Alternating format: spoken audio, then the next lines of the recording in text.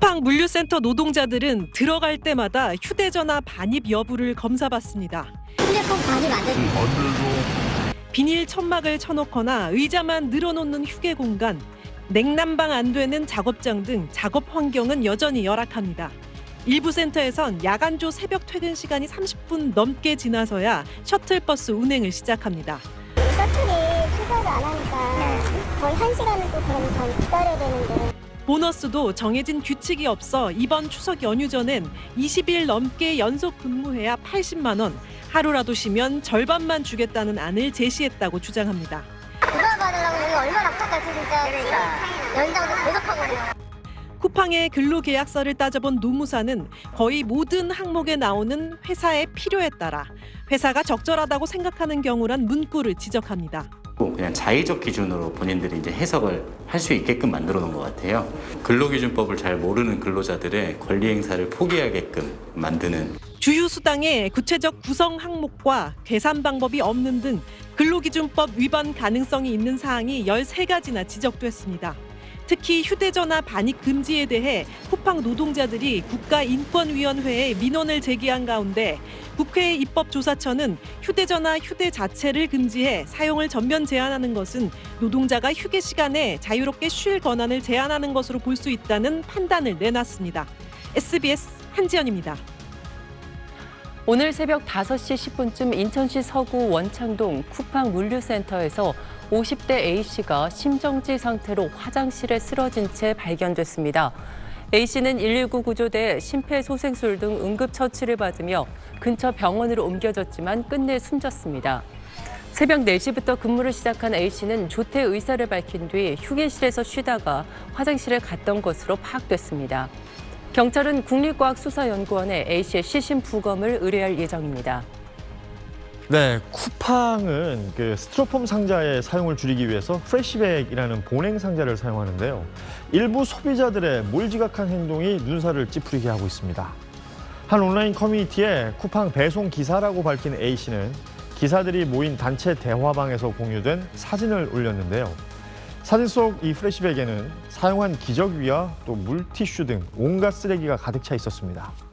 A씨는 프레시백에 쓰레기가 담긴 경우가 자주 있어 배달 기사들 사이에서는 쓰레기백이라고 부른다고 전했습니다.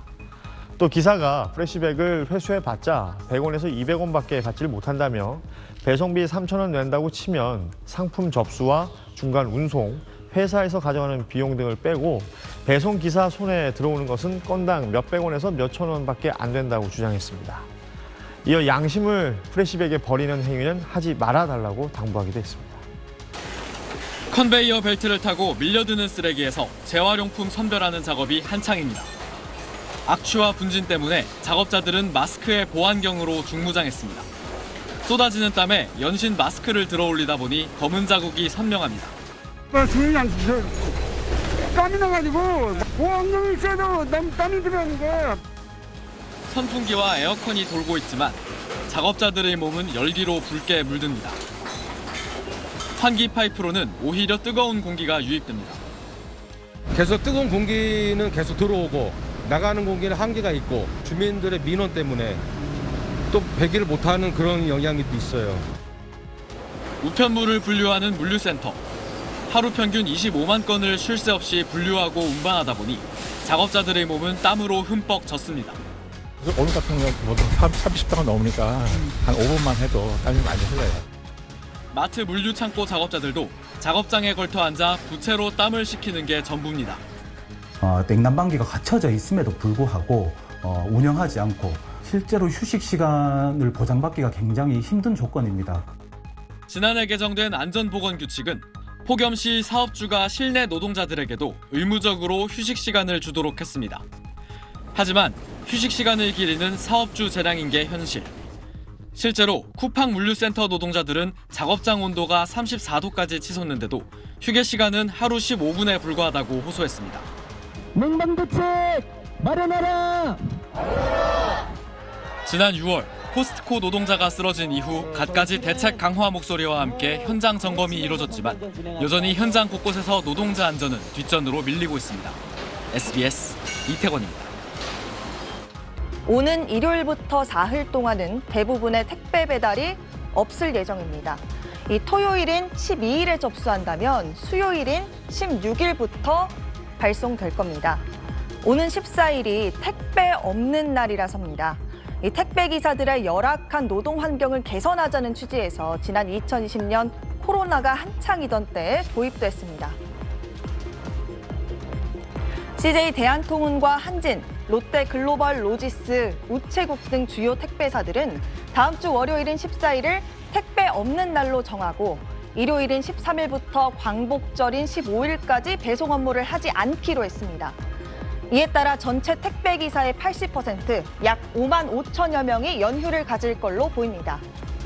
택배사를 이용하는 일부 편의점과 오픈마켓 등 온라인 쇼핑몰도 연휴 기간 발송일 준수나 24시간 이내 문의 응대 등 서비스를 중단할 걸로 예상됩니다.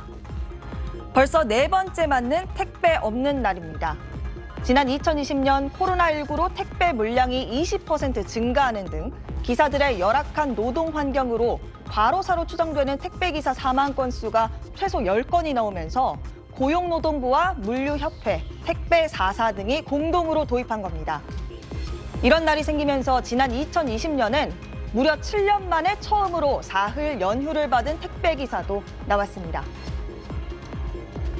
그냥 집에서 그냥 쉬고 자고 그냥 뭐 취미생활이랑 어디 놀러 가는 것도 힘들어서 많이 못 가는 편이죠. 다만 정상 영업하는 곳도 있습니다. GS25와 CU 편의점의 자체 배송망을 이용하는 반값 택배는 휴무 없이 배송을 한다고 합니다. 쿠팡도 마찬가지입니다. 다만 이 유통 공룡인 쿠팡의 택배 없는 날 불참을 두고선 논란도 벌어지고 있습니다. 쿠팡은 현재 직고용 배송기사와 특수고용직 기사를 동시에 운영하고 있습니다. 쿠팡은 특수고용직 배송기사들은 눈치 보지 않고 쉬고 싶을 때 쉴 수 있다면서 관련 보도자료를 배포했는데요. 올 여름 3주 휴가를 다녀온 사례, 주 4일 근무하는 사례 등을 소개했습니다. 또 대리점의 휴가자 공백을 메우는 인력 등도 지원하고 있다고 밝혔습니다. 다만 노조 측은 규모가 큰 일부 대리점의 사례에 불과하다고 짚었습니다.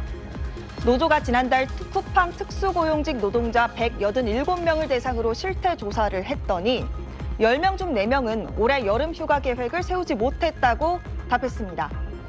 계약에 영향을 미치는 수행률이 떨어질까 봐 대체 배송을 할 사람을 구할 수가 없어서가 큰 이유로 꼽혔습니다. 곧 다가오는 네 번째 택배 없는 날은 이 택배 기사들의 오아시스 같은 휴가 기간일 텐데요. 하지만 이런 택배 없는 날이 1년에 딱 하루 보여주기식의 이벤트에 그칠 게 아니라 이 낮은 택배 수수료와 장시간 노동, 또 고용 안정 문제를 해결할 수 있는 근본적인 해법으로 이어져야 합니다. 무엇보다 조금 늦더라도 이 안전한 배송을 기다릴 줄 아는 소비자 인식도 중요해 보입니다. 지금까지 뉴빌더 전연남이었습니다.